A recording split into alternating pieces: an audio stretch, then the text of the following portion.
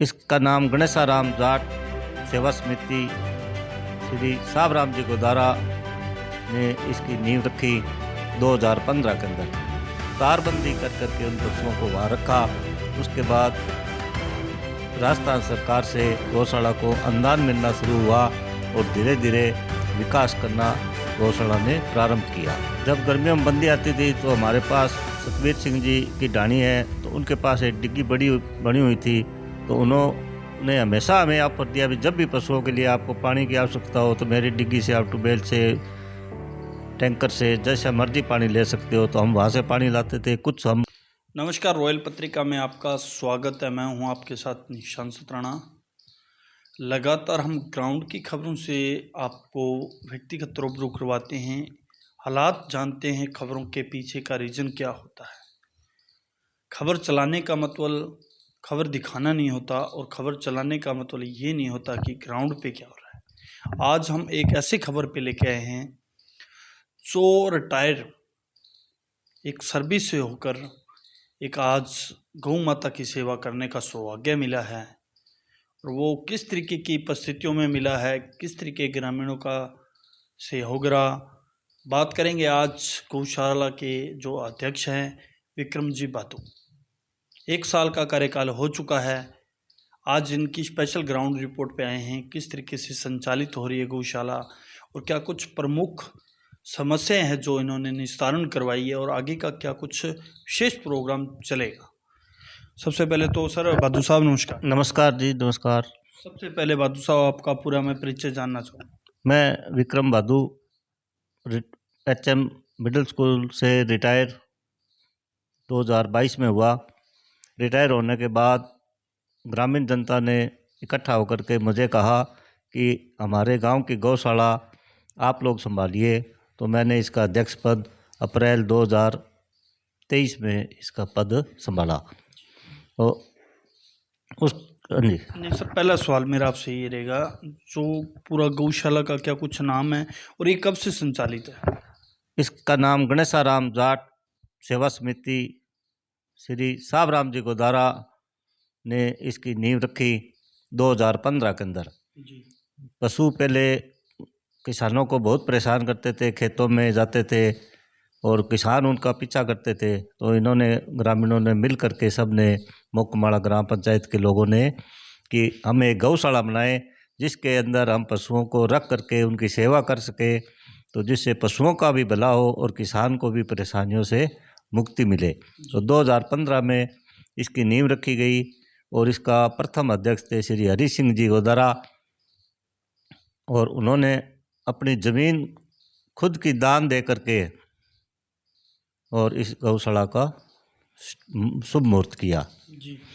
शुभ मुहूर्त के बाद सर कैसी स्थिति थी? शुभ मुहूर्त करने के बाद में किस तरीके की परिस्थितियों का जो कि सामना करना पड़ा? क्या कुछ डेवलपमेंट हुआ है, क्या कुछ विकास हुआ? शुरू में जब प्रथम बार गौशाला के लिए साबराम जी ने ज़मीन दी तो ज़मीन ही पर्याप्त नहीं होती है, उसके लिए काफ़ी धन की आवश्यकता होती है। तो किसान भाइयों ने सभी ने मिल करके सभी से चंदा इकट्ठा करके और शुरू में थोड़े क्षेत्र में उसका 4 दीवारी निर्माण करवा करके 2 गैरेज शेड बना करके और चारों तरफ तारबंदी कर करके उन पशुओं को वहाँ रखा। उसके बाद राजस्थान सरकार से गौशाला को अनुदान मिलना शुरू हुआ और धीरे धीरे विकास करना गौशाला ने प्रारंभ किया। तो शुरुआती दौर की बात करें तो शुरुआती दौर में सर जिस तरीके के हालात रहे, उसके बाद में जैसे कि विकास होता रहा लगातार, तो अब मैं जानना चाहूँगा आपके कार्यकाल के बाद आपने क्या कुछ डेवलपमेंट करवाया और क्या कुछ स्थिति थी? हरि सिंह जी के बाद सरदार गुरजंत सिंह जी को गौशाला का अध्यक्ष मनोनीत किया गया।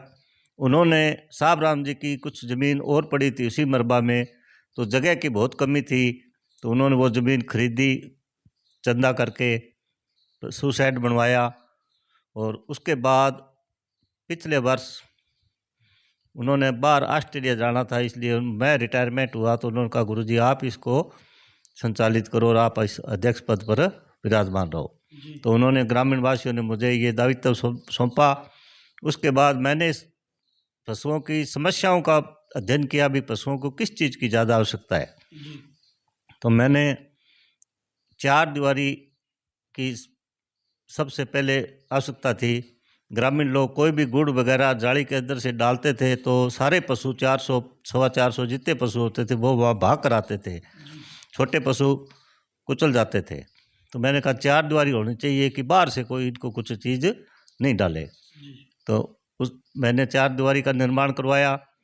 इसके गौशाला के बीचों बीच में एक हड्डारोड़ी पुरानी बनी हुई थी, उसको शिफ्ट करवाया, कॉर्नर पर लेकर गए और उसके बाद चार दीवारी का निर्माण करवा करके और भर्ती करवा करके। उस ठाण वगैरह की बहुत कमी थी, ज़्यादातर पशु शिफ्ट में चरते थे, कमज़ोर पशु बाद में चरते थे, ताकतवर पशु पहले चरते थे। तो अब हमने निर्णय किया है कि एक पशु को पूरा 4 फीट की जगह का ठाण मिलना चाहिए। और पेयजल के लिए प्रधान जी से हमने निवेदन किया कि डिग्गी पंचायत समिति के फंड से हमें दो, तो उन्होंने हमारे को हाँ कही है कि हम आपको ये डिग्गी बनवा देंगे। जी हमारा जैसे कि गुरुजी, मैं आपसे ये भी जानना चाहूँगा, जब हालात एक ऐसे आ जाते हैं, आपने बच्चों की सेवा की है और उसके बाद में जैसे गौशाला का आपने अध्ययन किया, तो मुख्य रूप से अपने बातचीत करें तो मुख्य रूप से समस्या क्या है अभी फ़िलहाल जो कि ज्यों की त्यों ही पड़ी है, और आपका सपना क्या है कुछ जो अलग होना चाहिए? मुख्य रूप से स्थान की कमी थी, तो कुछ हमने खरीदा है स्थान और उनका विस्तार करने का कार्यक्रम है। और दूसरा भारत सरकार का गोकुल मिशन कार्यक्रम है जिसके अंदर पशुओं की ब्रीडिंग का काम किया जाता है। तो हमारा भी ये सपना है कि ग्रामीण लोगों को अच्छी नस्ल के पशु यहाँ गौशाला अपनी तरफ से तैयार करके अच्छी बच्चियाँ और गरीब लोगों को वितरित की जाए। तो हम अगले साल से ब्रीडिंग का काम भी इसके अंदर शुरू करने का प्रयास करेंगे। सर, मैं जानना चाहूँगा लगभग कितने गौवंश है जो आपकी गौशाला में है? हमारे पास लगभग 435 पशु है इस समय। नीरा वगैरह, सर नीरे की बात करें, क्या कुछ मतलब खिलाने के लिए पशुओं की आपने मतलब व्यवस्था कर रखी है क्या? कुछ मतलब जैसे तूड़ी हुई, चाहे गन्ने का वो हुआ सिस्टम, और चाहे वो पशुओं के लिए हरा चारे की बात हो, तो क्या कुछ व्यवस्था है? तूड़ी जब सीजन के अंदर हमारे लोकल किसान भाई है तो गौशाला को रियायती दर पर वो हमारे को तूड़ी उपलब्ध करवाते हैं। और कुछ समय के बाद जब ग्वार का सीज़न आता है तो हम ग्वार का नीरा भी स्टॉक करते हैं। और सर्दियों के अंदर पशुओं में पौष्टिकता की कमी को दूर करने के लिए, आयरन की कमी को दूर करने के लिए कमाद हम करणपुर से मंगवाते हैं और उनको चारा कुट्टी काट करके कमाद की, जिससे कि उनको गुड़ की भी मात्रा पूर्ति हो और स्वास्थ्य उनको अच्छा रहे, तो कमाद भी डालते हैं। और गौशाला की बात करें तो कोई चिकित्सा मतलब व्यवस्था के लिए कोई है डॉक्टर वगैरह? हमारे समेजा के डॉक्टर सोनारायण और AKLPM के LS मीणा जी, और जब भी हम फ़ोन करते हैं तो ये गौशाला में सेवा के लिए उपलब्ध रहते हैं।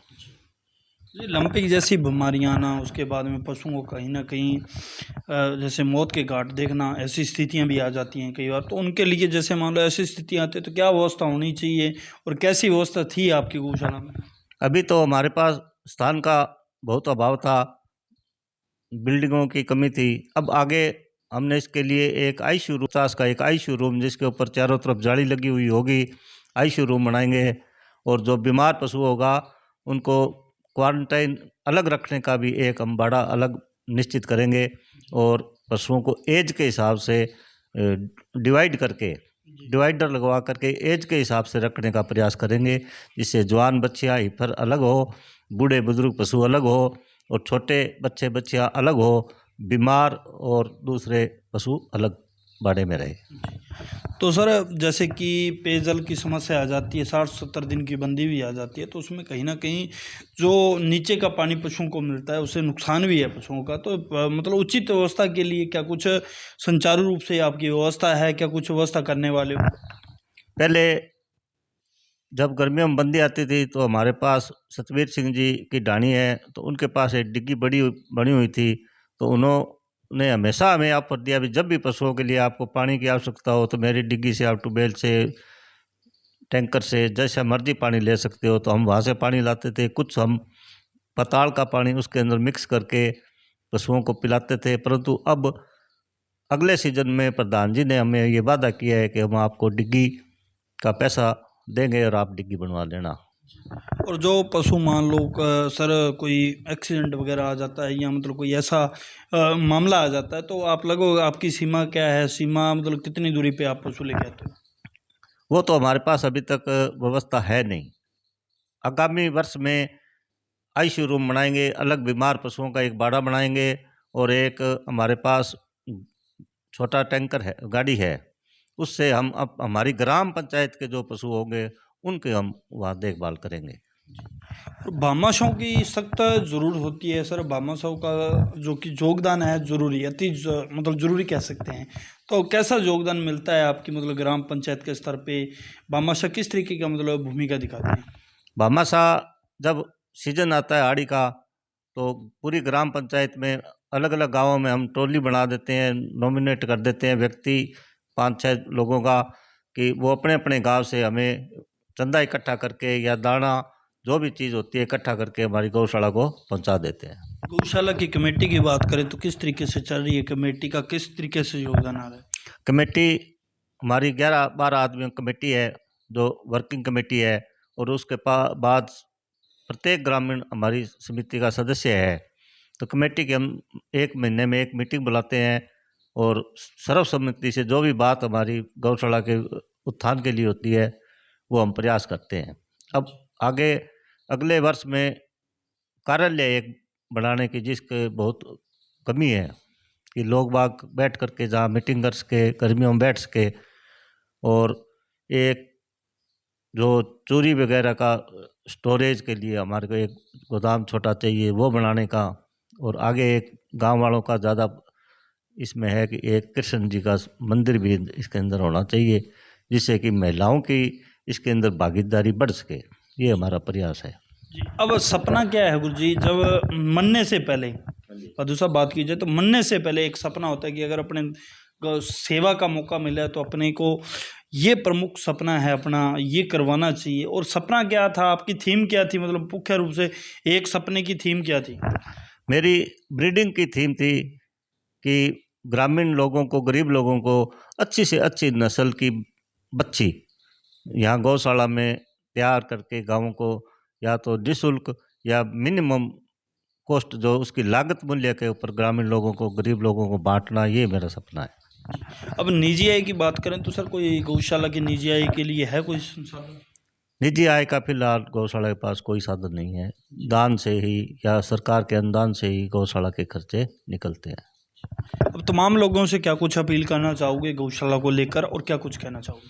तमाम लोगों से मैं यही अपील करना चाहूँगा कि गौशाला कार्यकारिणी समिति से आप जुड़िए, गौशाला से जुड़िए, सुबह शाम जब भी आपको मौका मिले गौओं की सेवा के लिए पधारिए, आपका हार्दिक स्वागत होगा। ये थे हमारे साथ अध्यक्ष साहब जिन्होंने बताया कि बिल्कुल गौशाला में महिलाओं का जिस तरीके आगमन कम होना, लगाव कम होना, वो भी अति ज़रूरी है, क्योंकि जब एक संस्था चलती है तो संस्था में सबकी भागीदारी ज़रूरी होना चाहिए।